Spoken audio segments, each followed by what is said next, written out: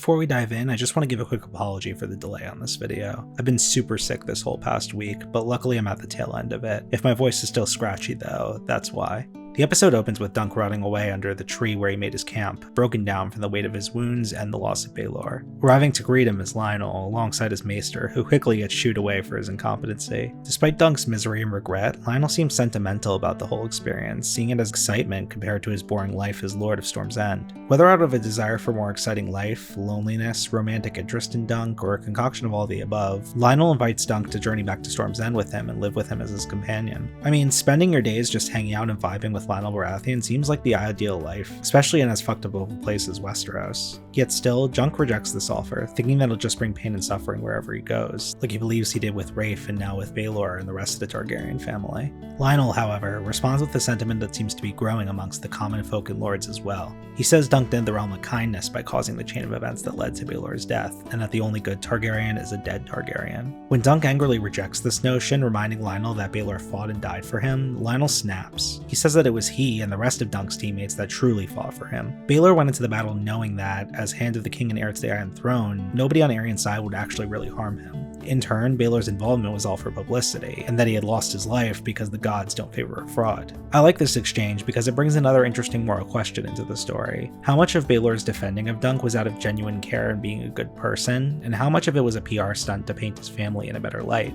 In response to Lionel's diatribe, Dunk questions why the gods would have favored him by letting him live, as he considers himself a fraud. We see more clearly later in the episode exactly why he does, when a flashback shows us that Arlen most likely never knighted him before his death, and that Dunk has most likely been lying about his knighthood the entire time. Lionel seems to have already picked up on this in the last episode when Dunk was super hesitant to knight Raymond, so he doesn't really question it here. What he does instead is retort that the gods gave Dunk no favor by leaving him alive but so seriously injured and beaten down. That flashback is an interesting addition to the show that wasn't in the book. In the book, it's left up to interpretation whether Dunk was actually knighted or not before Arlen's death. It was always my interpretation that, for thematic purposes, Dunk was never actually knighted, showing that a false knight commoner is more true to the tenets and vows of knighthood than actual knights. However, the book never explicitly reveals this one way or another. Though the show doesn't explicitly say so either, it was just about confirmed in that flashback when Dunk asks Arlen why he never knighted him as he's dying. Though we don't see Arlen's actual dying moment, even though we're comically led to think we do, it's very unlikely that this dying, delirious old man would have been able to perform a knighting before his passing, especially since we know that he passed at that very spot. So though the show technically still leaves it up to interpretation, it leans heavily toward one side over the other. Before Lionel leaves Dunk, he ominously says war is coming, and that he and Dunk could be a powerful force in it if they stuck together. Between this line, Rafe saying nobody forgets shit in the wake of the Blackfires losing their rebellion in the last episode, and the general discontent with House Targaryen expressed by the commoners and lords alike throughout this season, it's clear that there's unease in the air. Something is brewing. Despite still recovering from his injuries, Dunk makes his way to Baelor's funeral, where, despite not having any dragons to do the deed, his family burns his body in the traditional Targaryen way. After the ceremony, Dunk talks to Baelor's grieving son, Valar. I wish the show gave a bit more time to Valar as a character. I could be wrong, but I think this may have been his only line of dialogue this whole season. In his mournful contemplation, Valar questions why the gods would take his father and not Dunk. After being told by Valar to leave, Dunk makes his way back through the tournament grounds where he runs into Raymond. This encounter poses an interesting question that we don't really get a straight answer for. How much time has actually passed between the end of episode 5 and the beginning of this episode? We see Dunk is still visibly injured, yet to depart Ashford, and we see that the grounds are just now being disassembled. Yet there was enough time for other Targaryens and nobles to travel to and be in attendance at Baelor's funeral, and for Raymond to have had his whole situation with Rowan. We find out that, in the aftermath of the battle, Raymond split off from his cousin and is starting his own house. With the Fossaway house sigil being a red apple, he decided that his house will have a green apple as its sigil instead. Here we see Raymond becoming the progenitor for the Green Apple Fossaways, a house still present in the main series. Ironically, we see that this new house may not actually descend from him. He's become enamored with and engaged to Rowan, the prostitute we've seen interact with Dunk throughout the series. She seems to already be pregnant, yet she claims Raymond is the father, which he, in his naivety and innocence, wholeheartedly believes. Their catching up is interrupted by the arrival of Targaryen guards, who have been ordered to bring Dunk to Maekar. Despite Raymond's protest, Dunk obliges. When in private, though unknowingly being eavesdropped on by Egg, Maekar reveals that he has banished Aerion across the Narrow Sea to the Free Cities as punishment. If you recall, those are a collection of city-states over in the eastern continent of Essos. Though he doesn't say which city-state specifically here, in the book, Aerion is banished specifically to Lys. Maekar and Dunk then reflect on Baelor's death and their roles in it. Though they both never intended for Baelor to die, they'll hear whispers of their falsehood till the day they die. In a clever bit of foreshadowing, when they reflect on whether Dunk should have taken the original punishment and sacrificed a hand or foot, Dunk says that one day, his hand or foot might be needed for the good of the realm, more so than a prince's life. Maekar then proposes an appealing offer to Dunk. Egg would become his squire, but at Summerhall. For context, Summerhall is the third most prominent palace of the Targaryens, behind the Red Keep and King's Landing and the island of Dragonstone. While Dunk would train Egg, Maekar's master-at-arms would finish Dunk's training. Despite this being the kind of offer that Dunk would have dreamed of at the outset of the series, after everything he's been through, he's a different man now. He declines the offer, saying he's done with princes. On Dunk's way out of the building, he runs into the eavesdropping Egg and rejects him to his face. Egg then says something that at first appears particularly cruel, especially after everything Dunk has been through. "Maybe you're not the knight I thought you were," Egg says. When I think about it more, however, Egg's just a child, and an upset and mourning one at that. Kids say awful things they don't mean all the time, especially when they're struggling. And boy is Egg struggling. A bit later, we see him alone in his room. He realizes his hair is starting to grow back, the fuzz shimmering in the same platinum blonde color of his brother Aerion's hair. He begins to freak out, and we see a side of him we haven't yet seen, a hint of Targaryen madness. He sneaks into Aerion's room, knife in hand. He's shaking, terrified, but approaches his older brother's bed to kill him in his sleep. He didn't realize, however, that Maekar was already in the room, keeping a watch on Aerion. Egg breaks down, dropping the knife. Rather than scold or attack his youngest son, Maekar embraces him. This scene radiates with so much implication for Maekar's character. His embrace and comforting of Egg, despite what he was about to do, shows that he knows how badly Aerion has abused him and understands how much Egg has been suffering. Yet, he was in the room in the first place to watch over Aerion. Despite how horrible Aerion is and how badly he's treated his other son, Maekar can't help but still love Aerion. No matter what, Aerion is still his son. While this is happening, Dunk finds himself at Humphrey Beesbury's funeral, which is more of a bee-themed party than a formal ceremony of any kind. There he runs into Darren, who convinces him to change his mind about taking on Egg as a squire. He recounts that Aerion wasn't always a psychopath, but used to be a kind, fun child. Nature versus nurture is a huge theme in these Song of Ice and Fire stories, especially in this one. The question of whether the madness that often arises in the Targaryen family is a product of genetics or being raised poorly and with immense privilege is a huge example of this. If Aerion started off well but grew evil as his affluent upbringing progressed, then perhaps Egg could avoid a similar fate by living a more rugged, less spoiled life.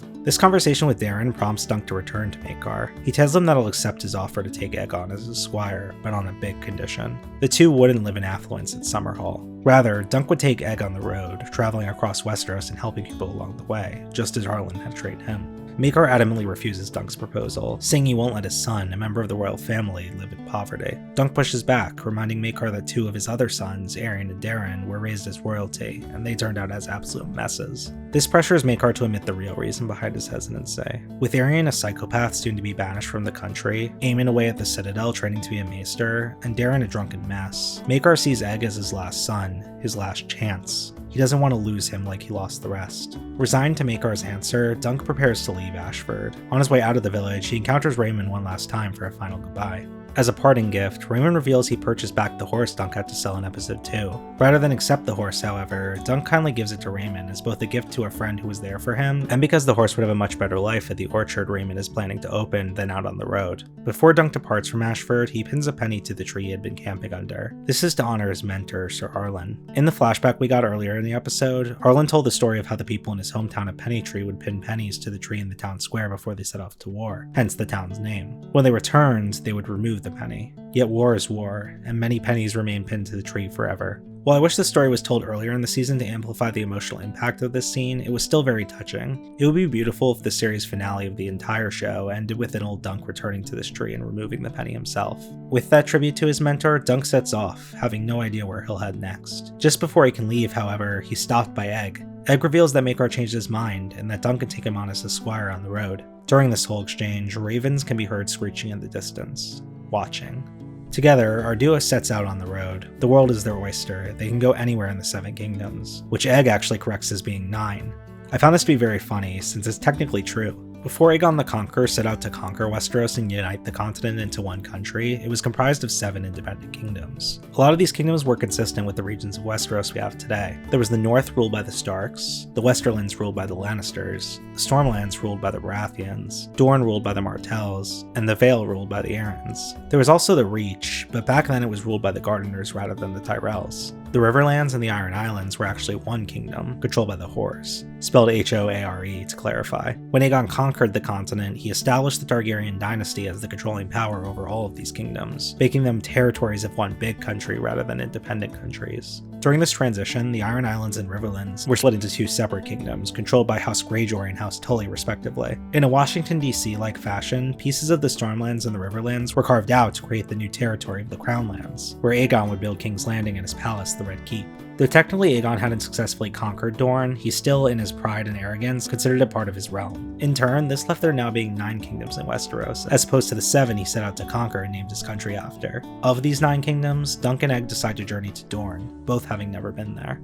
I hear they have good puppet shows in Dorne, Egg says, as a nod to Tansel, who is from Dorne. The episode ends with a beautiful symbolic shot of Dunk, Egg, and Sir Arlen riding off into the distance together. Rather than ride on with them, however, Arlen diverts. Dunk is no longer the mentee, but the mentor. This isn't Arlen and Dunk's story anymore, it's Dunk and Egg's. Now, if only the episode actually ended there. The actual final shot we get after the comical title card is of the Targaryen party departing from Ashford. Maekar is concerned, as no one has seen Egg. His worry rises into screaming and cursing, revealing that Egg had lied and snuck off yet again, and did not actually have Maekar's permission. Though funny in the moment, this added scene poses quite a lot of problems for the story to come. You see, in the book, Maekar actually does change his mind to give Egg permission to be Dunk's squire on the road. This is important character growth for Maekar, as it shows that Dunk's words actually got through to him. The scene also reverses Egg's character development, as it shows that he's still willing to lie to Dunk, putting Dunk at immense risk for the sake of his personal desires yet again, which is what started the mess of the story in the first place. What's also important here, however, is that in the book, with Maekar's permission comes a guarantee of Egg's safety. He gives Egg a Targaryen ring, something that, in emergency situations, Egg can use to show he's a member of the royal family and avoid harm. Without spoiling the books, you can see how having that ring would come in handy for a life of danger on the road, and how not having that ring could lead to very different plot outcomes. Yet still, despite this frustrating change, I found this finale and the season overall to be fantastic.